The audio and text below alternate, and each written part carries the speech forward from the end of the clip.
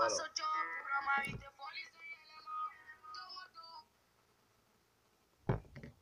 Bonjour à tous les Ivoiriens, bonjour à tous les habitants de la Côte d'Ivoire, bonjour à tous ceux qui m'aiment et à tous ceux qui ne m'aiment pas.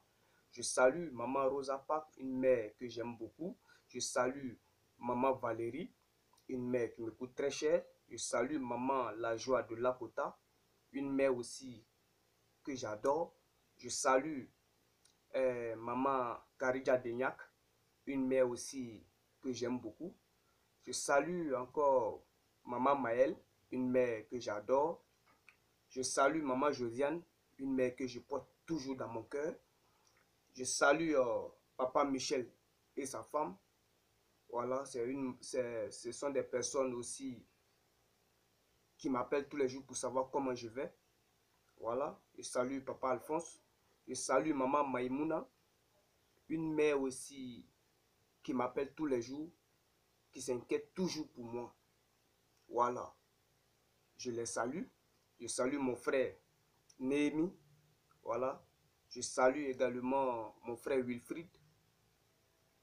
Je suis Carton Noir, le cordia sans phare. Voilà. Et si vous constatez dans mes vidéos, j'ai toujours tendance à citer deux noms, les deux noms, voilà, les premiers deux noms, Maman Rosa Parks et Maman Valérie, ce sont des mères qui me coûtent très très cher. Voilà. Donc moi, Carton Noir, je les aime beaucoup. Et que Dieu nous donne longue vie afin qu'on puisse se rencontrer. Que Dieu fasse qu'on puisse se rencontrer un jour. Voilà. Alors, chers Ivoiriens, peuple de Côte d'Ivoire, aujourd'hui, moi, Carton Noir, je suis venu lancer un message à M. Aboudraman Sangaré et à Finguessan. Hier, le 4 août 2018, il y a eu le 4e congrès du FPI. Là où M. Aboudraman Sangaré a fait son discours et il a lancé le coup d'envoi pour convaincre la présidentielle en 2020. Vous voyez? Et moi, Carton Noir, c'est vrai, Aboudraman Sangaré, vous avez lancé le coup d'envoi. C'est vrai. Vous avez dit que vous êtes partant pour 2020. Ok. Mais je veux que vous posez seulement un seul acte. Il n'est pas dit deux, hein. Un seul acte qui prouve que vous êtes vraiment dans le combat. Vous êtes vraiment dans la lutte. Ce n'est pas le fait de parler. C'est pas le fait de parler.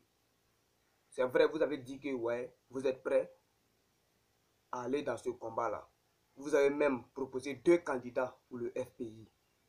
Il y a le président Gbagbo Laurent et puis il y a M. Hubert Oulaï. Ces deux-là sont les candidats du FPI. C'est ce que vous avez dit. Mais nous là, pour être sûr que vous êtes vraiment décidé là, nous on veut, Carton Noir veut que vous posez un seul acte qui va amener les Ivoiriens, les militants de Gbagbo Laurent, de ne pas douter de vous. C'est ce que moi j'attends de vous. Ok? Vous avez été absent pendant longtemps. Les jeunes du FPI se sentaient abandonnés. Et un coup, vous êtes arrivé et vous dites que je suis partant pour ce combat.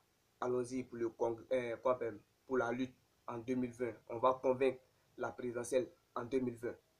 C'est facile à dire, mais il faut poser un seul acte. Il n'est pas dit deux. Il n'est pas dit un et demi aussi. Il dit un seul acte. Là, nous, on va avoir confiance en vous. Là, on va dire que Aboudraman Sangaré est décidé réellement. L'acte qu'il a posé là, il est au sérieux. On va le suivre. Et on va te suivre. Et on va te faire confiance. T'as compris? Maintenant, je vais m'adresser à M. Affi N'Guessan. Affi N'Guessan, depuis que Gbagbo Lorrain est parti à la haie, nous avons deux partis FPI. Il y a FPI Aboudraman Sangaré et FPI Affi N'Guessan. Et quand Gbagbo était là, il n'y avait pas deux FPI. C'est quand Gbagbo est parti que vous avez commencé à former vos deux FPI. Mais Affi N'Guessan, déjà que Aboudraman Sangaré a déjà fait le 4e congrès et il a déjà proposé les candidats de 2020 du FPI, il ne faudrait pas que toi aussi, hein, tu te fâches et que tu fasses un sale coup. Ok? Parce que toi, tu es capable d'organiser un sale coup concernant ce problème-là, ce sujet-là. Donc moi, quand on aussi vient te dire, M. Affi N'Guessan, non, comme Gbagbo Laurent est déjà candidat en 2020, Iber Oulaï aussi est candidat, et puis Gbagbo Laurent, c'est le candidat légitime. C'est-à-dire, dans le FPI, c'est lui le candidat, le capitaine du FPI concernant la candidature, concernant celui qui va être président en Côte d'Ivoire.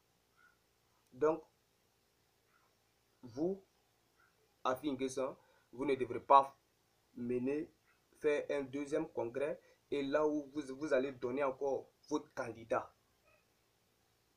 Parce que si vous faites ça là, le candidat là, il sait que ça sera vous. Donc, ne faites pas ça. Vous avez compris? Vous venez, vous êtes, en réalité, vous êtes un descendant d'Alassane Ouattara et pas un descendant de Gbagbo Laurent. Moi, Katon Ouessu, je vous dis, ne préparez pas, ne faites pas un sale coup concernant, comment on appelle, la décision de Affi N'Guessan. Ok? Je compte sur vous. Voilà.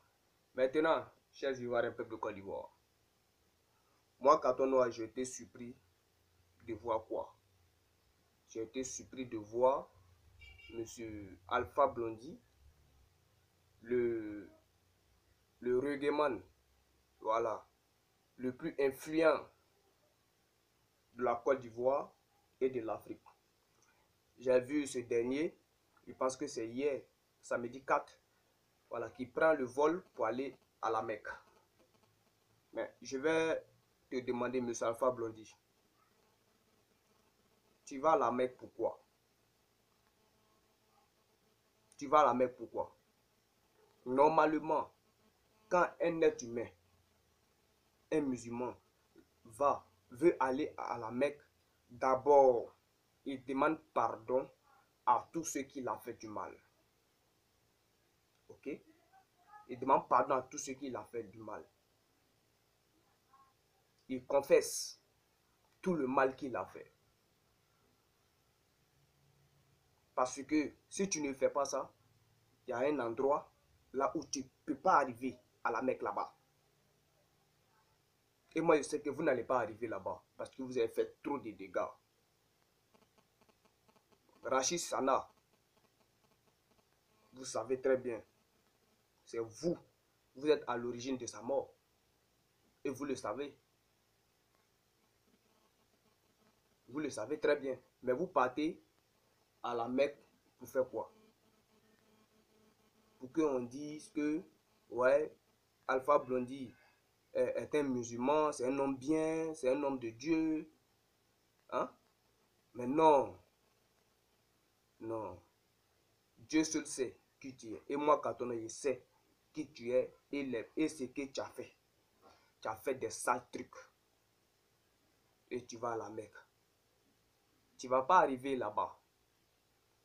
La Mecque même là. Tu ne vas pas arriver là-bas.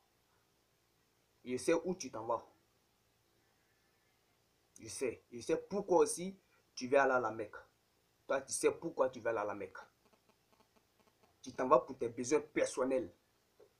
Si je mens, dis-moi que je mens. Dis-moi que je mens. Tout le monde peut mentir. Tout le monde peut mentir. Mais toi là, si tu mens à ton noir là, tu mens au peuple là, moi à ton noir là, je le sais. Tu sais pourquoi tu t'en vas à la Mecque. Tu ne vas pas pour prier Dieu. Tu ne vas pas pour faire pardonner tes péchés. Tu vas pour toi mettre tes besoins personnels, pour être célèbre, plus célèbre et être plus riche.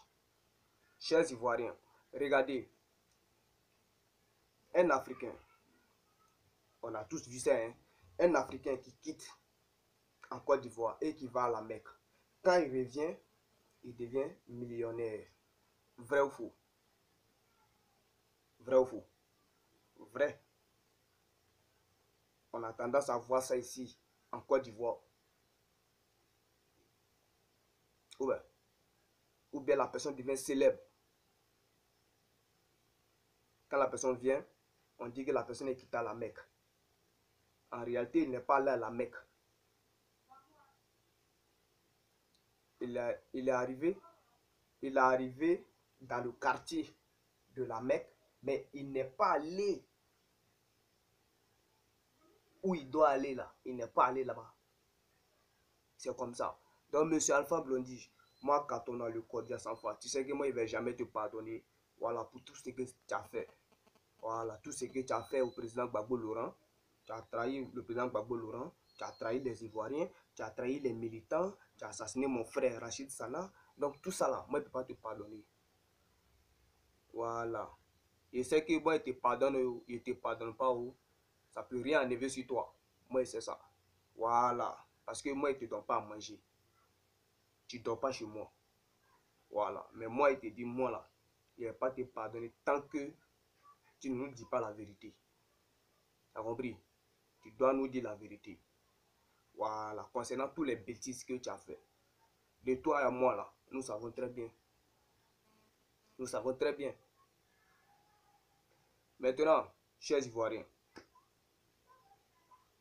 mardi 7 août est le jour de l'indépendance en Côte d'Ivoire.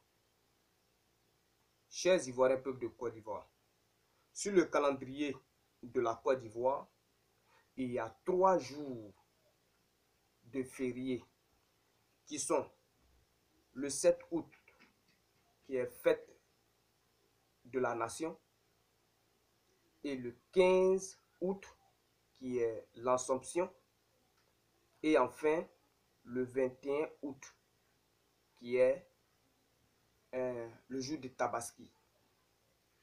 On n'est même pas encore arrivé. Le 7 août là, c'est le jour de l'indépendance. Et je vois qu'on nous annonce que le 6 est un jour férié. Comment vous pouvez nous expliquer ça?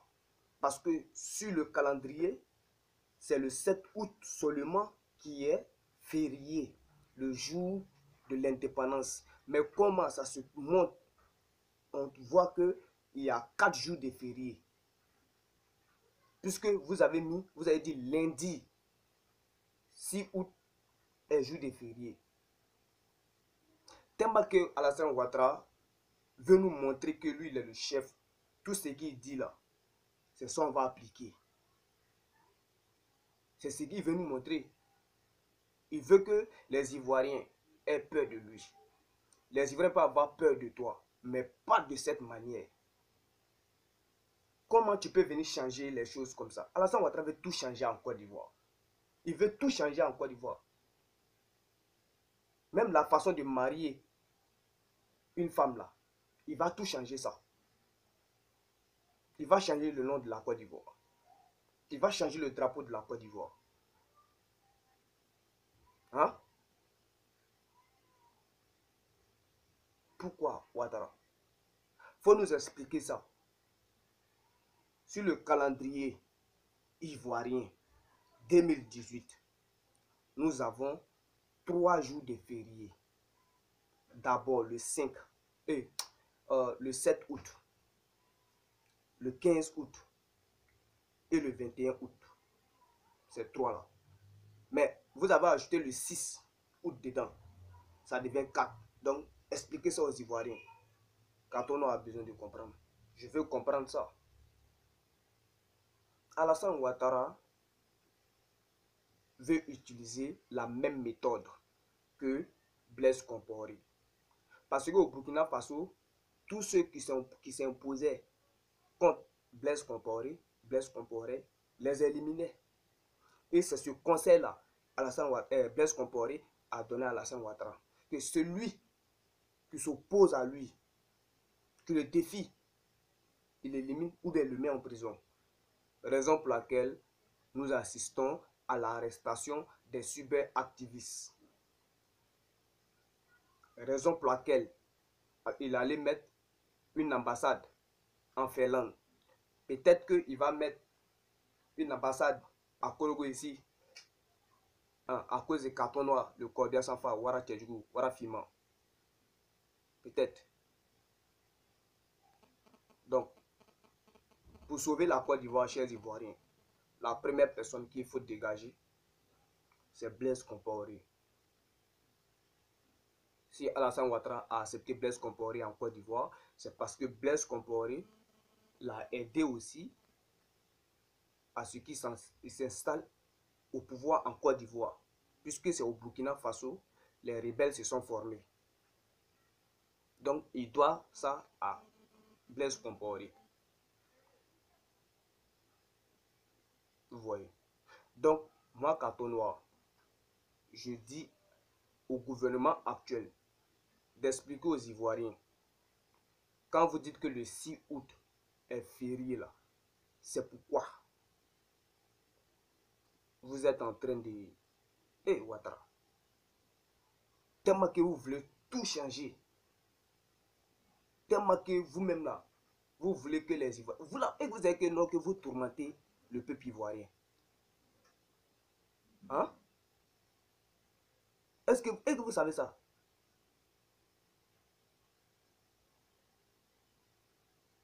Vous voulez que les Ivoiriens aient peur de vous. Vous êtes en train d'installer la force en Côte d'Ivoire. C'est-à-dire vous là, vous chiez partout. Vous avez gâté, comment on appelle, vous avez chié dans le FPI. C'est-à-dire vous avez gâté là-bas. Vous avez mélangé FPI. Vous avez mélangé, comment on appelle, PDCI. Vous êtes en discours là-bas avec eux. Dans le camp Soro, vous avez mélangé là-bas. Et parce que l'UTPCI aussi, vous avez mélangé là-bas. Maintenant, voilà, aujourd'hui encore, vous avez mélangé à l'Union européenne. Là où les ambassadeurs ont décidé de ne plus te donner crédit. De ne plus t'aider. Quand vous les Ivoiriens, vous dites que Alassane Ouattara travaille. Alassane Ouattara travaille. Bon, il travaille non? Il travaille. Ok. Si vraiment Alassane Ouattara travaillait, l'Union européenne n'allait jamais lui n'allait jamais interdit qu'il prenne du crédit au pays Bruxelles. On allait devoir le métro qu'il a parlé. On allait commencer à sentir l'odeur de l'émergence. Ok? Mais on ne sent pas. Et l'Union européenne est convaincue que Alassane Ouattara, c'est pas quelqu'un de bon. Vous voyez? Travaillez avec votre esprit. Peut-être que, comme ils ont commencé à arrêter les cyberactivistes, peut-être que ce serait le tour de Carton Noir, le Cordia sans phare, la prochaine fois. Ou bien, ce sera mon tour. Mais à la maman, moi, Carton Noir, je préfère mourir que de suivre mes ennemis pour aller à la Maca, pour aller en prison. Non, peut-être c'est mon cadavre qui va partir à la Maca. C'est mon cadavre qui va partir en prison. Nama Lara, Aya Korobo. Si vous ne courez pas, défiez. En tout cas, moi, celui n'est pas parti. Le premier candidat, il va partir à moi. Ça ne même pas vous blaguer. Je vous préviens. Voilà. Donc, chers Ivoiriens, peuple de Côte d'Ivoire, c'est ce que je venais vous dire. Vous avez compris? C'est ce que je venais vous dire. Moi, Carton, je m'inquiète pour la génération future et pas pour la génération actuelle. Je m'inquiète pour la génération future. Quand je vois Ouattara se comporte comme ça, avec mon peuple, avec mes parents, j'ai mal. J'ai mal même. Donc, Guillaume Soro, tu dois te rallier au FPI et au PDCI pour sauver la Côte d'Ivoire. Ok? Il y a une dame qui t'a blagué là. Une peule. Voilà. Il y a une peule qui t'a blagué que tu seras président. Qu'on veut ou on ne veut pas, ou tu seras président de la Côte d'Ivoire. Mais moi, Carton, voilà. Si moi je dis que tu ne seras pas président, tu ne seras pas président. Parce que ta peule là, ton charlatan là, il n'est pas plus fort que moi. Il n'est pas plus fort que mes ancêtres. Il n'est pas plus fort que mon Warafima. Moi, Carton a dit que tu ne seras pas président. Et puis, il te lance le défi aussi. Ok? Il te lance le défi. Concernant ce côté-là seulement. Voilà. Donc, moi, Carton, la chaise ivoirienne, peuple de Côte d'Ivoire, je vous aime. J'aime tout le monde. Faites pas ma commission à monsieur Aboudraman Sangaré et à Finguessan et Guillaume Soro. Ok? Voilà. Guillaume Soro est en train de se geler avec Camerouni. Ils sont en train de tuer tes militants. Ton militant n'est pas encore enterré. Il se trouve, ils l'ont pris en otage. Et tu es là, tu nous racontes tes conneries sur les réseaux sociaux. Comporte-toi comme un vrai sinfou là. Il n'y a pas ça. Ciao, ciao, chers Ivoiriens.